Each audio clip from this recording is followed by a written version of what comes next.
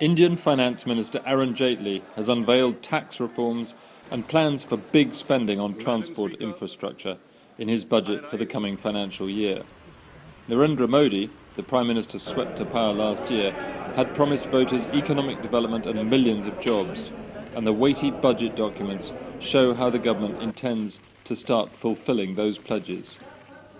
Business leaders were mostly enthusiastic about the budget, especially the reform of taxes and excise duties. I therefore propose to reduce the rate of corporate tax for 30% to 25% over the next 4 years. This will lead to higher level of investment, higher level of growth, and more jobs.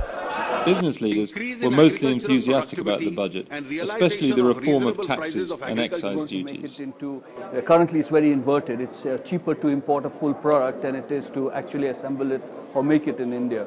And I think the fact that they're going to remove the special additional duties on a number of these different components, I think is again a good sign. So it's cheaper to import components? So it will most probably, yeah. So hopefully that will have an impact. But again, we'll have to see the fine print because it wasn't very clear what items were covered under that.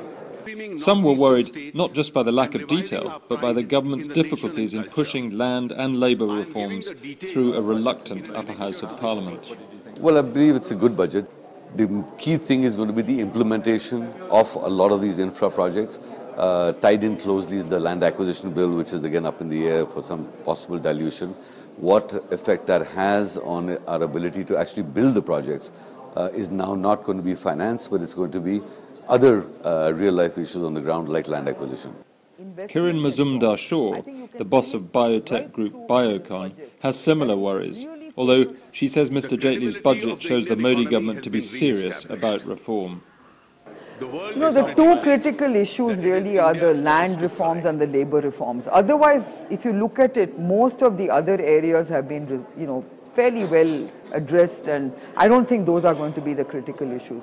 I think land is going to be resolved fairly soon because really it doesn't make sense. I mean, the kind of objections that the opposition is posing to the land reforms bill is absolutely illogical. I mean, this country needs jobs. You're not going to create jobs without acquisition of land. And it's very clear, the farmers want industry. In this first full budget of the Modi government, Finance Minister Arun Jaitley has outlined a host of reforms for business, as well as a lot of handouts for the poor. The question now is whether the government can efficiently spend all the money it's allocated and whether it can push through further reforms in the Parliament. Victor Mallet, Financial Times, New Delhi.